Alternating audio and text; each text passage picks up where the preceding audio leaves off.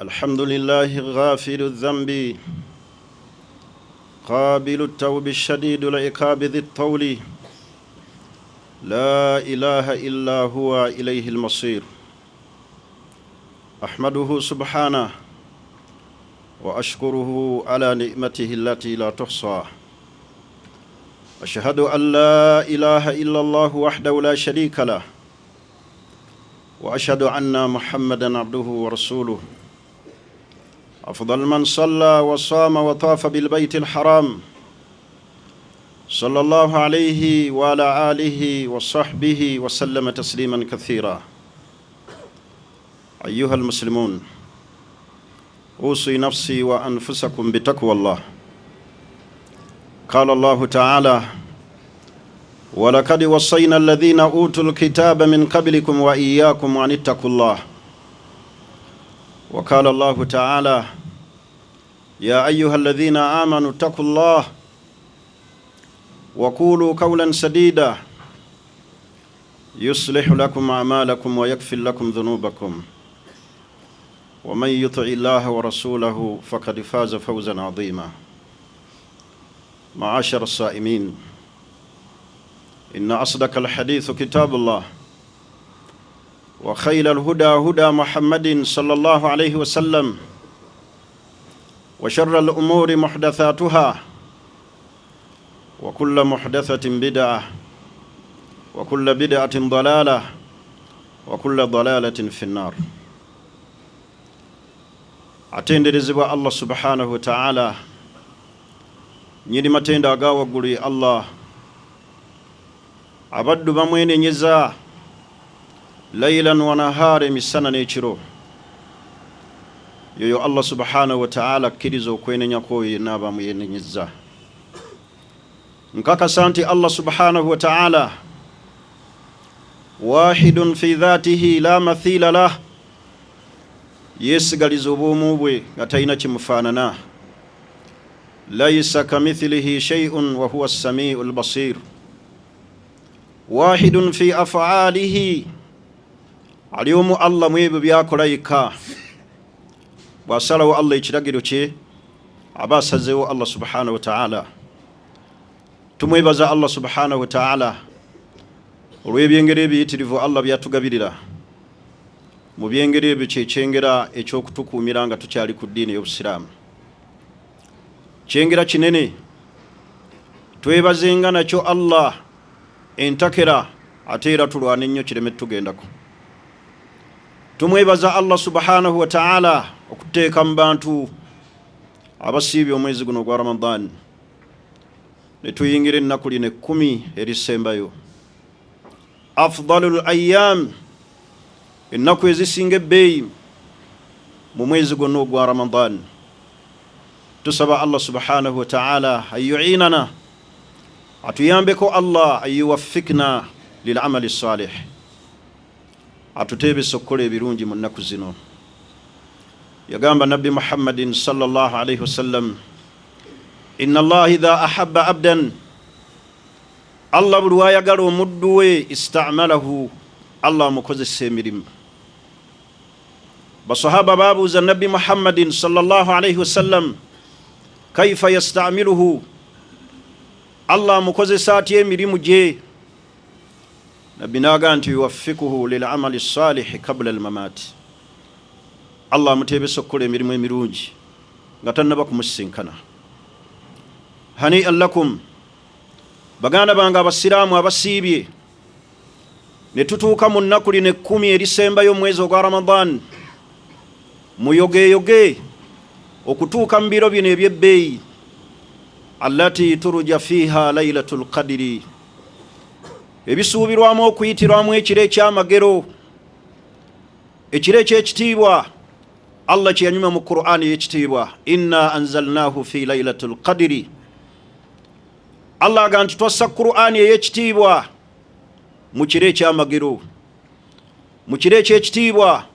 fiha yufraku min kulli amrin hakim mu aya endala Allah yagamba nti fiha yufraku min kulli amrin hakim Allah ayisizamu buli kiragiro kyonna ayisizaamu budget egenda okutambulirwako ensi yonna obuwangazi bwaffe, albarakati emikisa, al ajali entuuko zaffe, ebyo byonna Allah subhanahu wa ta'ala abiyisa mu kiro kino. Mu nnaku zino ze tulimu ez'ekitiibwa, muzimu ku nnaku eza Lailatul Qadri. Nabbi sallallahu alayhi wasallam yagan taharraw Lailatul Qadri, munoonye nnyo ekiro ekyo eky'emikisa fil ashari al awakhir, mu nnaku 10 erisembayo. Fahnihan lakum ayyuha saimun, mweyozeeyoze nnyo okubanga Allah abawangazizza ne mutuuka ku bimu ku biro eby'ebbeeyi nga tufundikira ennaku zino ez'omwezi ogwa Ramadan. Kyewuunyisa, kaannana fi adghathin ahlam, tulinga abali mu birooto okulaba nga bil amsil karib twabadde wano nga twaniriza omwezi ogwa Ramadan. Ha nahnu al-yawma nuwaddi'uhu, naye nga kyewuunyisa olwaleero nga tuli mu kugusiibula. Baganda bange abasiraamu, fakana min ahwali salafu salihin, zaali mbeera z'abaatukulembera abalongoofu okusiibula omwezi guno ogwa Ramadan n'okunakuwala nga beeraliikirira alla yutakabbala minhum, oba oliawo Allah bye bakoze tabikkiriza. Olwaleero ffe ab'omulembe guno tuli mu kutiguka, mu kunoonya abaaya, mu kunoonya makanzu. Obweraliikirivu bwaffe tubuteeke ku kukola emirimu Allah akkiriza. Ramadani erijja olibeerawo, Ramadani erijja egenda tusangawo. Abaatukulembera abalongoofu baalinanga okweraliikirira Allah ayinza okubatakkiriza bye bakoze. Tunuulire emirimu gyo, osigale ne khawfu min Allah, okutya eri Allah, oba oliawo Allah ayinza obutakkiriza. Walladhina yu'tawna ma atawu wa qulubuhum wajila, Allah yanyumya ku basahaba ab'ebitiibwa abaakolanga emirimu, emitima gyabwe ne gisigala nga gyeraliikirira. Jobulaba ayi bwe yakka Aisha radiyallahu anha yabuuza Nabbi Muhammadin sallallahu alayhi wasallam, aba abakolanga beeraliikirira nga batya? Ahumu alladhina yusalluna wa yaznun, beba abajja ne basaala ate ne benda. Wahumu alladhina yu'tuna az-zaka, beba abawa zaka. Wahumu sariquna, ate nga babba. Nabbi n'amugamba nti la yabnata as-siddiq, si bwe kiri. Beba abakola emirimu Allah gy'ayagala ne basigala okweraliikirira nti Allah ayinza obutakkiriza. Muganda wange omusiibi, teeka ebirowoozo ku kukkirizibwa kw'emirimu, teeka ebirowoozo mu kukkirizibwa kw'emirimu. Nga bw'onyiikira ennyo okukola ibaada, nyiikira nnyo olabe nga Allah omulimu gw'okoze Allah agukkiriza. Baganda bange abasiraamu, nga tumaliriza jjuma eno esembayo mwezi ogwa Ramadan, tunyiikire nnyo mu kukola emirimu Allah subhanahu wa ta'ala gy'ayagala egitusembeza gy'ali. Yakulu nabiyuna Muhammadin sallallahu alayhi wasallam, yatutegeeza ow'ekitiibwa nabbi waffe Muhammadin sallallahu alayhi wasallam, man saama Ramadan wa man qaama Ramadan, omuntu yenna asiiba omwezi ogwa Ramadan ate n'ayimirira mu gwo, ghufira lahu ma taqaddama min dhanbihi, Allah subhanahu wa ta'ala amusonyiwa ebyonoono bye. Baganda bange kyewuunyisa okubanga olwaleero yejjuma esembayo mu mwezi guno ogwa Ramadan gwe twakayingira ejjo wano. Ekyo nno kyekiraga okutambula kw'obuwangazi bwaffe. Ekiseera kigenda kutuuka, hakadha dunya, ng'ensi eno obulamu bwa Allah subhanahu wa ta'ala bukomye. Buli omu atunuulire sur'aani hadha ash-shahr, supiidi Ramadani eno kwetambulidde, kwe kutambula bw'obuwangazi bwaffe nga tugenda eri entuuko zaffe. Olunaku lujja kutuuka balange nti enkya kusaala ssala ya Eid, ng'olunaku olujja okutuuka balange okusaalira essala ya jeneza. Fatubu ila Allah ayyuha almu'minun, twenenye tudde Allah tunyikirire mu nnaku zino 10 ezisembayo fa innal a'mal bil khawatimi emirimu Allah agitunulira ku nkomerero olunaku lujja kutuuka abakyatiguka ne batamanya bulungi buli mu nnaku zino Allah zaatuwadde fa hadhihi fursatun thamina baganda banga abasiraamu abasiibi ne bannyinaze eno chance nene tefunika Allah tusanzaawo ebiro bino ebifundikira omwezi ogwa Ramadan omuli ekiro eky'omuwendo Nabbi Muhammadin sallallahu alayhi wasallam kyeyanyiikiriranga ennyo ma la yajtahidu fi ghayriha olunyiikira lwatanyiikirira walala lonna kana yajtahidu an-nabiy sallallahu alayhi wasallam fi al-ashar al-awakhir Nabbi yanyiikiranga nnyo mu 10 erisembayo ma la yajtahidu fi ghayriha olunyiikira lwatanyiikirira walala wonna bannange tuteeke essira n'amaanyi fokasinga nnyo mu kukola emirimu egy'enjawulo fokasinga nnyo mu kwongera amaanyi g'obadde tolina before yongeramu nnyo amaanyi fi taati llah mu kugondera Allah subhanahu wa ta'ala mu kusaalako ekiro mu kuyitiriza okusoma Qur'an kathiratu sadaqat yitiriza nnyo okusaddaaka okuyitiriza nnyo okutendereza Allah subhanahu wa ta'ala al-istighfaru ila Allah wenenyeri Allah mutendereze Allah subhanahu wa ta'ala fa innahu yuhibbul mustakfirin Allah yagala nnyo abamwenenyeza abamwetondera Allah basonyiwe tunyiikirenga Nabbi Muhammadin sallallahu alayhi wasallam bwe yanyiikiranga mu biro bino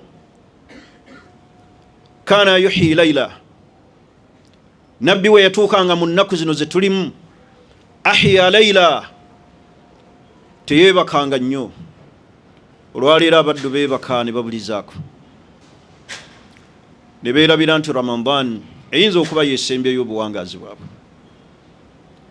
naye Nabbi Muhammadin sallallahu alayhi wasallam ahya layla yeebakanga kitono wa aikadha ahla Nabbi naazuukusanga ku bantu be abali mu nnyumba muzuukusa abantu abali mu mayumba okusaala muzuukusa abantu be tuli nabo okwegayirira Allah wallahi akaseera kagenda eyinza okubanga akhiru Ramadan fi hayatika nga yi Ramadan yesembyeyo mu buwangaazi bwabanga Nabbi Muhammadin sallallahu alayhi wasallam kana yajtahidu fiha yanyiikiranga nnyo mu nnaku zino 10 n'ateebaka naye olwaleero twebaka bantu bali ku 6 by 6 bali mu comfort zone beebase bannaffe abamu olwayingira ennaku 10 ne bayingira mu mizikiti okukola itikaafu ne bagattako n'okukaaba okwegayirira Allah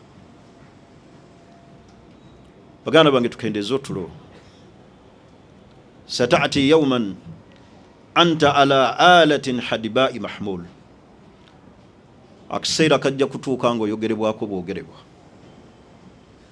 nga mubalina chance eno ey'okusangibwawo omwezi ogwa Ramadan nga tulimu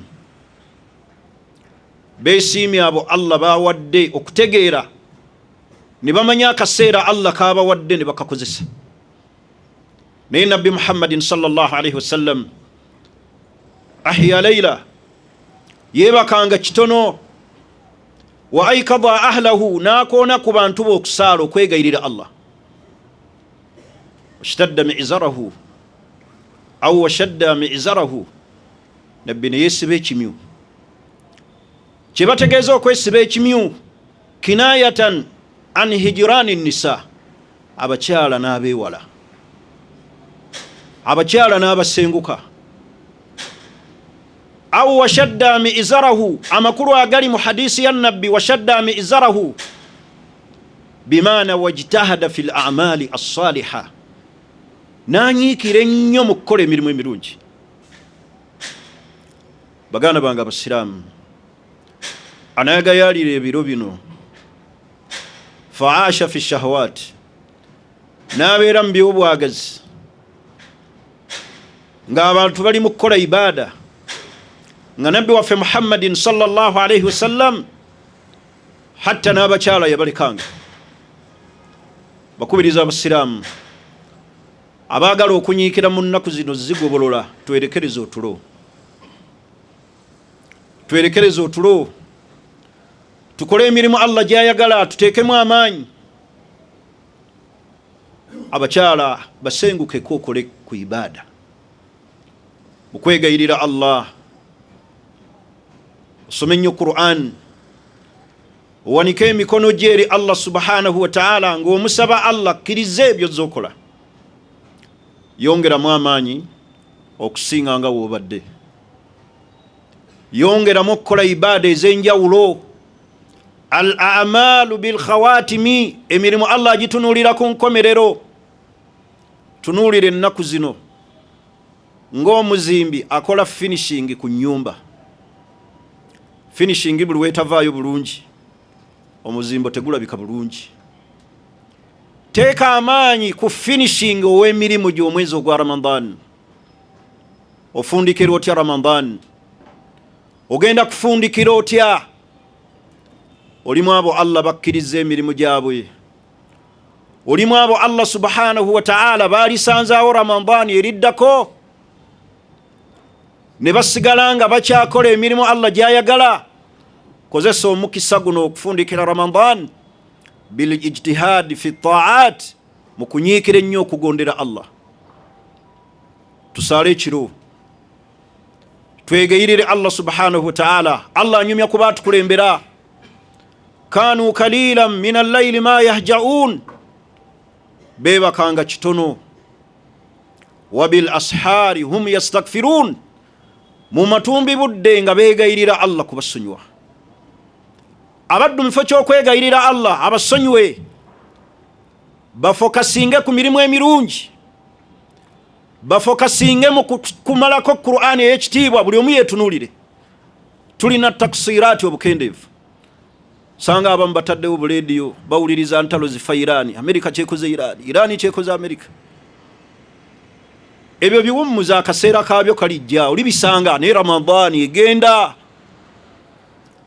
Ffe tutambula, obuwangaazi bwe bugenda, niyo osanga abantu bataddewo amatw ebiseera byabwe kuwuliriza ntalo.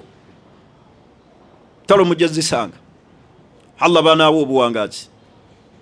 Naye Ramadan egenda, eyinza obutadda. Idha dhahaba yawman, buli lunaku olugenda, gw'ogenda ku lwo. Naye n'osanga n'emikutu egyejjuddemu abantu abamanyi ku ddiini kuleeta bya ntalo. Baganda bange, mufokasinge ku mirimu, mufokasinge ku bukendeevu obutulimu mu kwegayirira Allah tusonyiwa. Nabbi Muhammadin sallallahu alayhi wasallam, Aisha yamubuuza n'amugamba nti, ya Rasulallah, ebiro bino we binsangawo ebisuubirwamu Laylatul Qadri nkole ki? Nabbi yamugamba sallallahu alayhi wasallam, kuli Allahumma innaka afuwun tuhibbul afwa fa'fu anni. Buyitirize nnyo edduwa eyo ku nnimi zaffe. Ebigambo ebisinga okuyitira ku lulimi, eyo edduwa yeeba esinga okuyitirako ku nnimi zaffe. Allahumma innaka afuwun tuhibbul afwa fa'fu anni. Edduwa eyo ya kitiibwa, erimu emigaso gy'edduniya n'akhira n'enkomerero yo. Giyitirize nnyo okugyogera laylan wa nahara. Abamu balinze kugiyimba ng'esswala ewedde, bamala ogyogera ng'esswala ewedde ne bakomaawo. Baganda bange, obwo bulaadi bwo.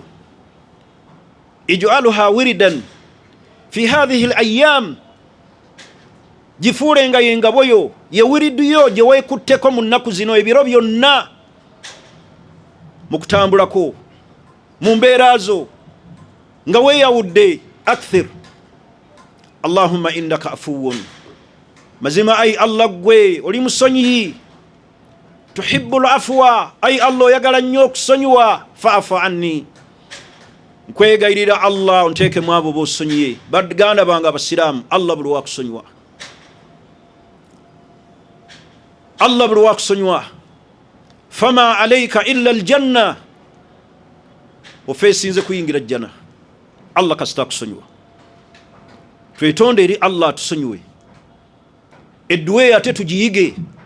Abasiraamu bangi era nga basiibi bazze basiiba naye ng'okujoogera tebamanyi. Abamu baga Allahumma innaka kaaf. Allah tabeerangako kaaf. Laysa min asma'ihi wala min sifatihi. Tegabangako mannya ge. Era si kitendo kya Allah.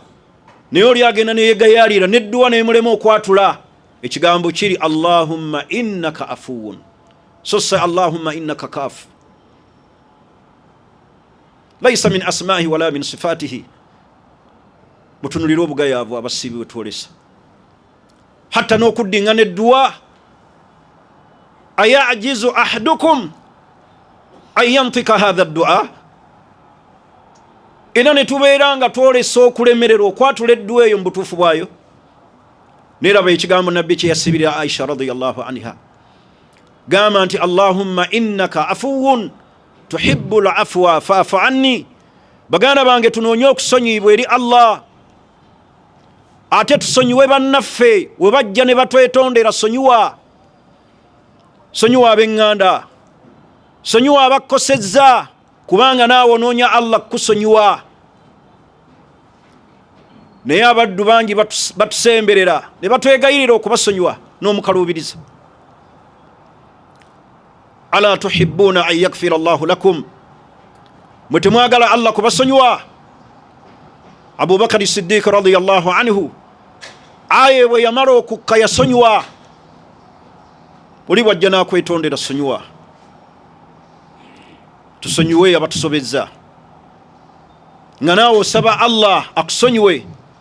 Wa anta'afu aqrabu littaqwa. Asonyiwa ate ne yeetonda eri Allah naye amusonyiwe aqrabu littaqwa. Kimusembeza eri Allah okubeera nga amutya nga amugondera. Baganda bange abasiraamu, twetonde eri bannaffe be tuzze nga tukosa. Abasiraamu tukosa abantu bangi. Tukosa abantu bangi ne bakaaba amaziga ku lwaffe. Nga n'abamu oluusi baana baffe nga tubakosezza nga bibumba byaffe. Omwana nga akaaba muzadde amaziga amayitirivu. Abamu tukosa bazadde baffe. Oli n'akosa muzaddewo olukosa lwatasobola ate kukosa muntu mulala. Abamu pressure ne zibayitamu zirinnya. Allah n'abajjulula naye nga gwe omukosezza. Olw'amawano ge tulengera abantu ge batusindikira oba bituufu abantu banoonya content Allahu alam. Muntu ogamba nti abanja omwana mu nnyina. Hadha garib. Garib. Ne bw'oba onoonya content fi ummika mu maama wo. Mutu yekakasaka ati ezambi min ashna'i dhunubi ba'da ash-shirk. Fa inna lillahi wa inna ilayhi raji'un. أقول قولي هذا واستغفر الله لي ولكم ولجميع المسلمين والمسلمات من كل ذنب فاستغفروا واتوبوا إليه إنه هو البر وهو التواب الكريم.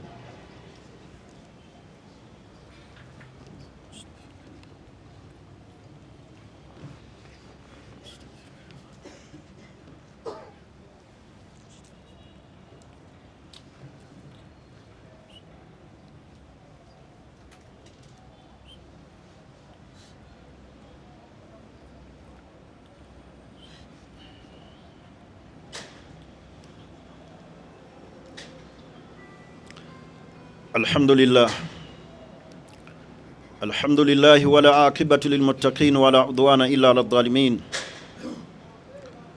أشهد أن لا إله إلا الله وأشهد أن محمدا عبده ورسوله وصفيه وخليله من خلقه محمد بن عبد الله. baganda bange abasiibi, entuuko zaffe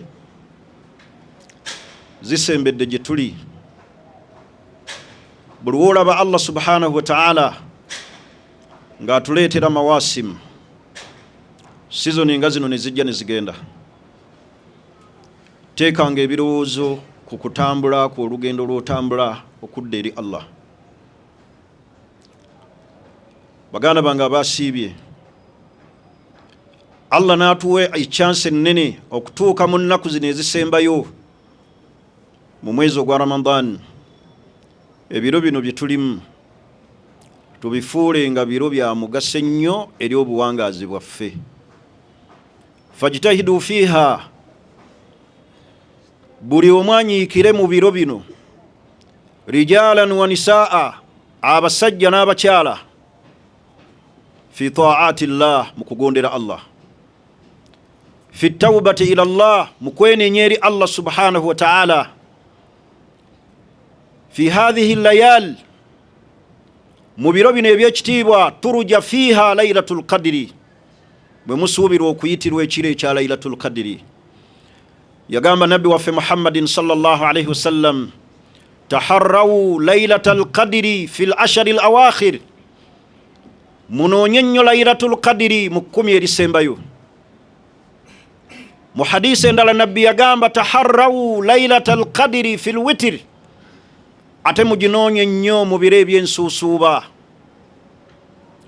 Amagezi genjagala okuwa abasiibi bannange, tuleme kubeera nga ebiro bino tubaza bibaze ng'abali mu kalulu kano akattakula akajjada.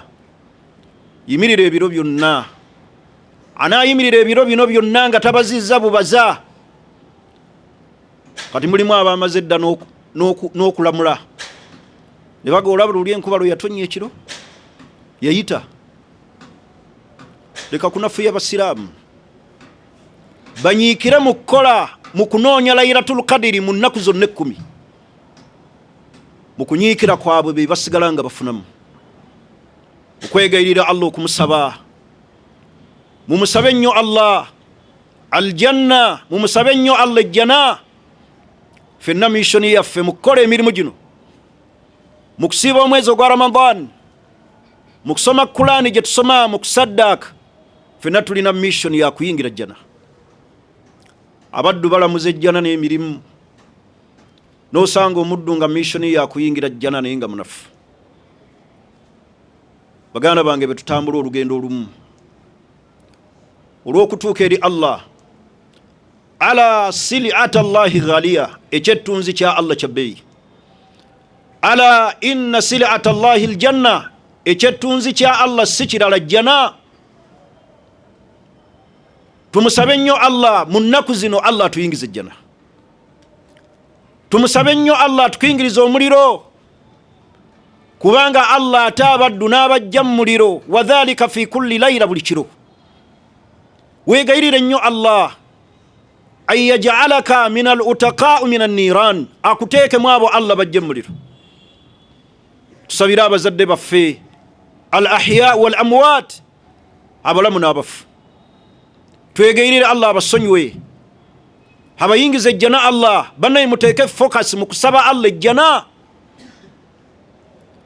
mu kusaba Allah atukingiriza omuliro. Ajisaamuna ala nnaari la taqwa, teri yalina mubiri gusobola muliro gwa Allah. Naye twegayirire Allah atuwe ejjana. Ku akhira waliyo ennyumba 2, teriyo yakusatu, imma aljanna wa imma annar. Muntu Allah amusiimye n'amuyingiza ejjana, oba kubeera nga ayingidde omuliro. Naye twegayirire nnyo Allah an yujirana min an-niran, Allah atutaasa omuliro. Faman zuhziha ani nnaari wa udkhila aljanna, Allah gwanaawonya omuliro n'amuyingiza ejjana, fakad faaza, oyo awangudde, yeesiimye. Agenda kwesiima atya? Kaifa la yakunu min almuflihin wa huwa min ahli at-tawhid. Munyweze nnyo tawhid, okwegayirira Allah. Anyweza tawhid, naja an-nar, awona omuliro. Naja min an-nar, Allah agenda muwonya omuliro. Allah amuyingiza ejjana. An-nasru fi at-tawhid, okutaasibwa kwonna kuli mu tawhid kwawula Allah. Allahumma ajirina min an-nar, nga shirika omutadde. Allahumma ajirina min an-nar, nga weenenyezza obukaafu. Twenenye eri Allah, tumwetondere Allah. Mu biro bino ebya laylatul qadri mweyessiza Qur'an, nga Allah bategeeza mu Qur'an ey'ekitiibwa, inna anzalnahu fi laylatin mubaraka, twasakulani mu kiro eky'omukisa. Abanoonya emikisa tegiri mu njiibwa, tegiri mu nsozi, tegiri mu kusamira emikisa. Inna anzalnahu fi laylatin mubaraka, twasakulani mu kiro eky'omukisa. Munoonye emikisa mu bimu ku biro bya Laylatul Qadri nga mwegayirira Allah. Munoonye emikisa mu biro bino bye tulimu Allah byatusanzizaawo. Bano buli kanaku baziika, ne ku Idi bajja kuziika. Allah gwawadde entunnunsi n'akuwa ekitiibwa, Allah n'akuwangaaza. Tegeera chance Allah gyakuwadde, it is gold chance. Al-furasu la tadum, chance zisiza lubeerera muganda wange. Twenenye eri Allah, tunoonye ekiro kino kirimu obulungi obuyitirivu. Laylatul Qadri khairun min alfi shahr. Allah yagamba nti kisinga obulungi emyezi 10. Emyezi 10 bwe buwangazi bw'omuddu, emyaka 83 n'emyezi 4. Senga Allah akutebesaamu omulimu omulungi, naye osanga abaddu ddala tuli mu weather ey'enkuba basemberera ebifuba by'abakyala kubabugumya. Weather. Olwo ali mu Kabuli agambe ki? Gwe bataddeyo eggulu agambe ki? Bali mukole ibada. Shadda mi'zara, nabbi yasenguka abakyala. Naye abamu baweza weather, budde obugenda weegayaliridde n'oteesaasira.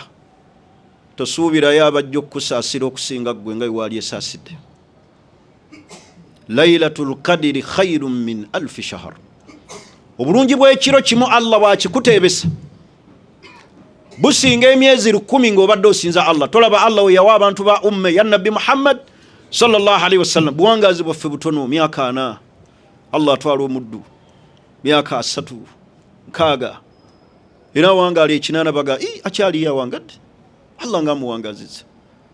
Naye abasajja bawangaala emyaka tunula Nabbi Nuhu myaka 95 yali mukola ibada.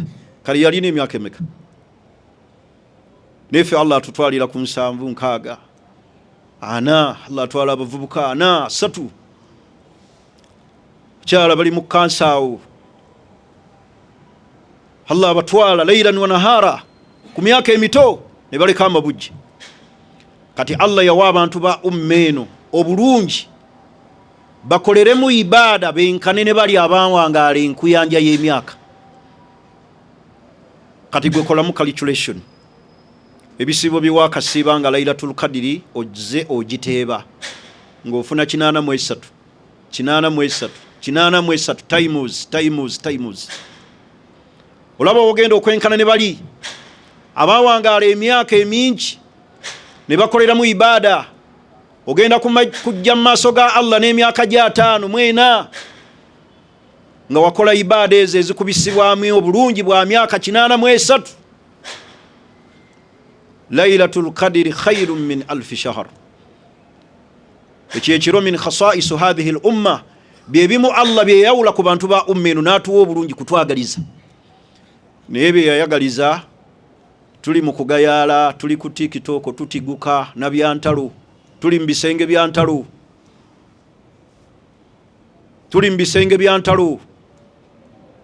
tuli mu kola content ku TikTok. Tulaba abasiraamu ne mwezi ogw'ekitiibwa era basiiwuka empisa kuvuma bannaabwe kubakkakkanya. Baganda bange, Laylatul Qadri khairu min alfi shahr. Tanazzalu almalaikatu warruhu fiha. Allah samu kiro bamalayika mbungi ne Jibril min kulli amrin salam, balese emirembe bakusabira eri Allah, begayirira Allah sonyiwe.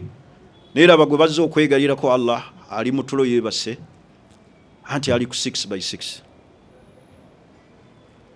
ali mu kifuba kya hajjati abuguma. Bane twesasire Allah yatuwa ekiro kino, kiro kya kitiibwa. Allah gwatebesezza n'akiyimirira. Abamu basuubira nti bwe bamala 27 ne bazingako enkutu, ne bazingako emiguwa. Naye okusiba omugugu maliriza Ramadani yonna ng'okola ibada. Utuba tumaliriza Ramadan mu biro bino ebyekitiibwa nga Allah baga nti fiha yufraku min kulli amrin hakim. Allah mwayisize ekiragiro kye omuli al ajal. Abantu Allah bagenda okutuusaako ajal. Al arzaq ebyenfuna gwe bazza osomera budget yebase boogera ku buwangazi bwe ku bulamu bwe ali mutulo. Naye Nabbi sallallahu alaihi wasallam Allah gwe yasonyiwa ebyakulembera ye yegayiriranga Allah hatta fil majlis alwahid, mu lutulo olutula lwe yatuulanga olutono ng'abalibwako nga yeetonze eri Allah emirundi 7. Ng'omulaba olulimi lwe lwenyeenya, astaghfirullah astaghfirullah astaghfirullah. Abafa alumirerwa gwe okukka ku madaala wano gokka ng'okkabusi ng'oyogera bigambo byokka subhanallahi wa bihamdihi subhanallahi alazim. Allahumma innaka afuwun, ovuga mmotoka yo, Allahumma innaka afuwun tuhibbul afwa fa'fu anni. Banaye tudde eri Allah tumwetondere, tumaliriza omwezi guno ogwa Ramadani n'emirimu emirungi omuli okutendereza ennyo Allah. Kataba Umar ibn Abdul Aziz ila jamii al-ansar. Umar ibn Abdul Aziz yawandiikira bagavana bonna abantu bafundikire omwezi ogwa Ramadan bil istighfari n'okwetonda eri Allah. Waltukmilu al-idda walitukabbiru Allah ala ma hadakum. Mutendereze nnyo Allah, muyitirize nnyo okutendereza Allah. Abasiibi abasinga okuganyulwa mu kusiiba kwabwe beba abasinga okutendereza Allah. Walitukmilu al-idda, mumalirize. Walitukabbiru Allah ala ma hadakum, mwogere ku linnya lya Allah kasitabalanga nti nchaidi. Tendereze Allah. Allahu akbar Allahu akbar la ilaha illa Allah Allahu akbar. Tumaliriza omwezi guno ogwa Ramadani n'omulimu omulungi gwensembayo mu khutuba eno ogw'okuwa zakatul fitri. Naddala Allah bawadde obusobozi nga musobola okuwa zakatul amwal, muwe zaka. Yagamba Nabbi Muhammadin sallallahu alaihi wasallam afdalu sadaq sadaqatu Ramadan, sadaka esinga obulungi sadaka ya Ramadan. Naye ng'owadde zaka Allah n'akuyamba n'ogiwa etuuka eri abeetaavu, ate muwe ne zakatul fitri nga Nabbi Muhammadin sallallahu alaihi wasallam bw'atuyigiriza mu hadisi ya Ibn Abbas. فرض رسول الله صلى الله عليه وسلم زكاة الفطر سواء من تمر أو من شعير أو من قط. Nabbi yalaliko okuwa zakatul fitri nga tukijja mu bipimo ebyo eby'emmere ebimanyikiddwa mu bantu b'ebitundu ng'emmere bagikozesa. Fa akhrijuha kama amarana rasulullahi sallallahu alaihi wasallam, tuwe zakatul fitri nga Nabbi bwe yatulagira. Lwaki tuwa zakatul fitri? Tuhuratul saim, zakatul fitri etukuza omusiibi min arrafathi wallagwi, mwebyo byazze nga ayitira ng'omuntu. Tuyitidde ebintu bingi, abamu tugeyeza ku WhatsApp, abamu twogera ku bannaffe obukendeevu, oluusi essola za jamaa zikuyitako, Kulaani ogiwadde ebiseera bitono. Kati zakatul fitri etukuza omusiibi nga bw'olaba abamanyi we bagamba sujudu sahawi, weezibikira ebituli byeweerabidde mu ssala. Tuhuratul saim, zakatul fitri etukuza omusiibi. Ekyokubiri tu'matu lil masakin, okuliisaako abantu abeetaavu. Ekyokusatu shukran lillah, okwebaza Allah. Allah okuwangaaza n'omala ku Ramadan nga buli kanaku baziiko owulira ku birango babika. Abamu babajja London, babajja mu Amerika, ab'eŋŋanda balisiivinga bode. Naye Allah akuwadde chance ey'obuwangaazi, weebaze ku Allah. Fulumya zakatul fitri ogiwe etuuke ku beetaavu abo. Abamu tera okukola ensobi zino wammanga mu kuwa zakatul fitri. Bw'oba olina abakozi awaka abatali basiraamu, tebakkakata kukuweera zakatul fitri. Zakatul fitri eweebwa musiraamu. Hatta nayo tuba tugigabira basiraamu zakatul fitri. Twawule zakatul fitri ne zakatul mal. zakatul mali mwemuli omugabo gw'abatali basiraamu. Naye zakatul fitiri yeeyawudde ku basiibi, yeeyawulidde basiraamu be bagiwa era be tugiwa. Nina abakozi mu kampuni ate si basiraamu, bankakatako okuweera tebakakatako era tebaweebwa. Zakatul fitiri eweebwa omusajja n'omukyala n'omwana omuto. Hatta abamanyi batuuka n'okugamba hatta aljanin fi batni ummihi, n'omwana omuto senga asukka emyezi 4 ali mu lubuto lwa nnyina, yustahabbu kyagalibwa, si kyatteeka wabula yustahabbu kyagalibwa. N'oyo azaalibwa laylatul Eid, ekiro kya Eid nga balanze, aweebwa zakatul fitiri. Abamu bakola ensobi, kwe kugamba tubadde tetusiiba, nalwala sukaali, nina kansa sisobola, nakaddiwa, n'omulwadde awa zakatul fitiri wadde abadde tasiiba. Kasita omala okuggyako ebyetaago bya Eid tuwe zakatul fitiri. Ensobi endala abantu gye bakolera mu kuwa zakatul fitiri kwe kusuubira nti emmere gy'abadde akozesa ku ddaaku, simanyi mu Ramadani mwalina okuweera. Ekyo kikyamu. Ogenda kuwa bantu nabo babadde balya chapati nga boolya, zembadde ndya kawunga. Wa zakatul fitiri kugasa banna abeetaavu, si kyatteeka nti emmere gy'obadde okozesa mwoweera. Wa zakatul fitiri okusinziira emmere abantu gye bakozesa, abantu emmere gye bakozesa mu bulamu bwabwe, so si gwe mbu gye obadde okozesa. Okumanya ekigambo ekyo kifu, mulimu abasiraamu bangi nga bo tebalya ddaaku. Era olwoyanga nti abantu balina obulamu, zisobola kulya ddaaku. Wendya ddaaku nfeitinga yo olwebaka baasi. Kakati gwono ogamba nti emmere gy'obadde okozesa ku ddaaku ye zakatul fitiri, kati oli abadde talya ddaaku. Batugamba kuwa mmere mu bika bya mmere ekozesebwa kuutu ahli albalad, emmere ekozesebwa mu bantu b'ekitundu. Ekigero kya kilo 2 n'ekitundu oba kilo 2 ne gulaamu 4. Hadha huwa almuddu nabawi, kyekigero kya nabbi Muhammadin sallallahu alayhi wasallam. Asussaawo n'asukka ku kigero ekyo, fahuwa khairun lahu, aba akoze bulungi obudda gyali. Musajja mugagga, Allah akuwadde ssente, naawe era ojja na kilo 2 n'ekitundu, ne bw'oleeta akasawo k'omuceere bakagabira abeetaavu. Baimaamu b'ebitundu, la tahbisu zakatal fitiri fi makatibikum, temusiba zakatul fitiri abantu gye baleese ne mugiteeka mu sitoowa z'emizikiti. Abantu ne batuuka okwetaaga zakatul fitiri ng'abantu bagisibye mu sitoowa. Zakatul fitiri eyamba ku beetaavu ku lunaku olwo nabo basanyuke, ate g'ogisibidde mu sitoowa y'omuzikiti. Bagenze mu Idi, tujja gibawa nga Idi ewedde, buvunaanyizibwa bwo. Zakatul fitiri egenda eri beetaavu. Muwasatul fukara li yawmi al-Eid, n'abanaku baganyulwe mu lunaku olwa Idi basanyuke. Naye osanga bayimaamu babaleetera zakatul fitiri ne bagisiba mu sitoowa z'emizikiti, bo ne bagenda. Hadha almaalu laysa min kiddika wala min kiddi abaik, eyo emmere gye bakuleetedde zakatul fitiri siiyo.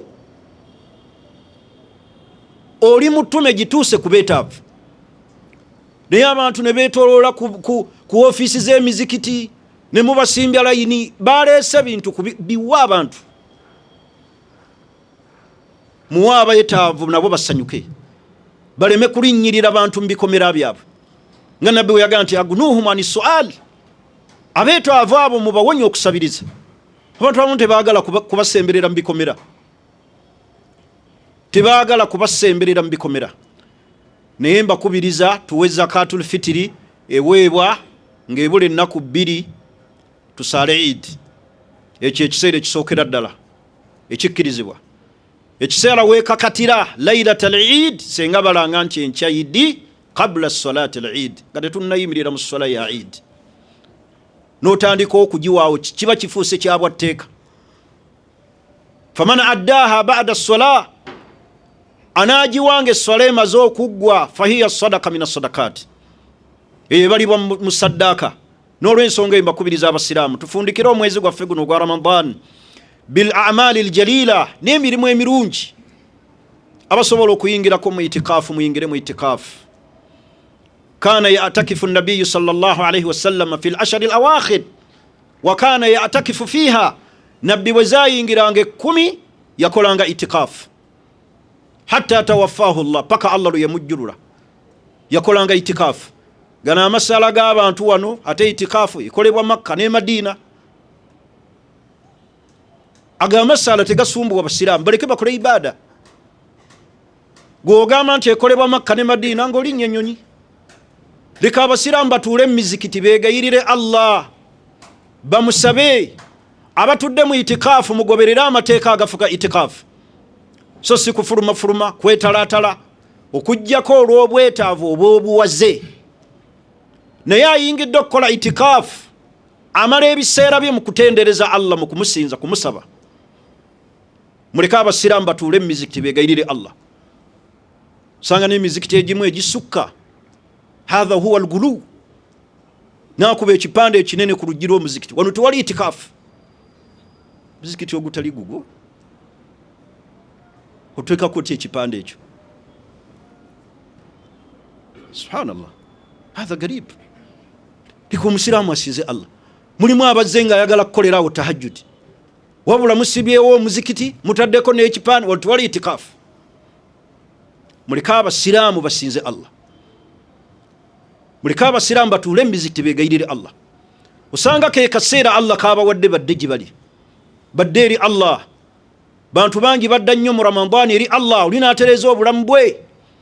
Maliriza n'ekigambo tusabe nnyo Allah tudde gyali.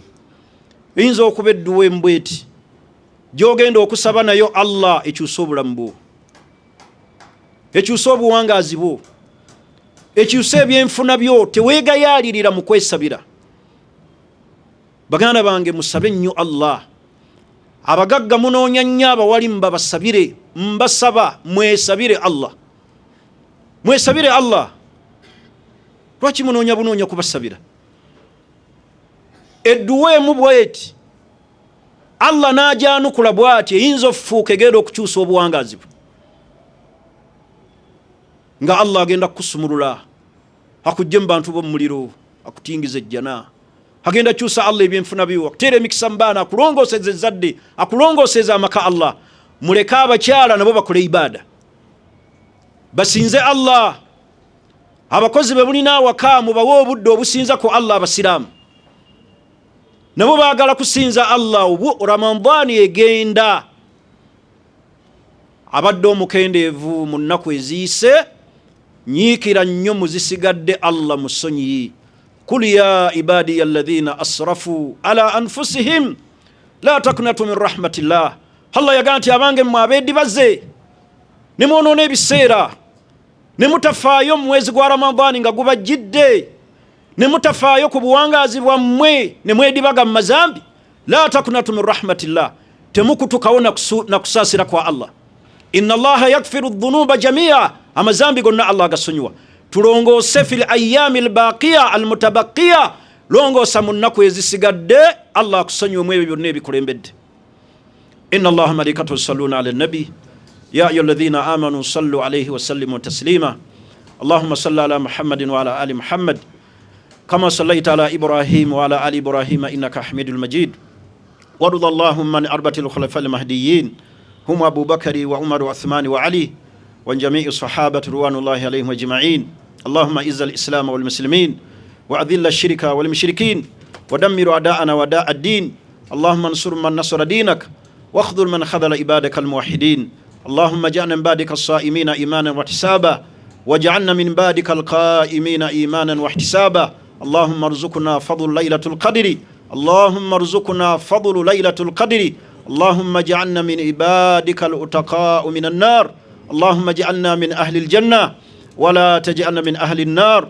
اللهم إنا نسألك جنتك وما قرب إليها من قول أو عمل ونعوذ بك اللهم من النار وما قرب إليها من قول أو عمل برحمتك يا أرحم الراحمين. اللهم آتي نفوسنا تقواها وزكي أنت خير من زكاها أنت وليها ومولاها. اللهم كما جمعتنا في هذا المسجد فجمعنا في جناتك الفردوس إنك ولي ذلك والقادر عليك. اللهم اغفر وارحم موتى المسلمين الذين شهدوا لك بالوحدانية وماتوا على ذلك فاغفر لهم وارحمهم. اللهم إنك عفو تحب العفو فاعف عنا.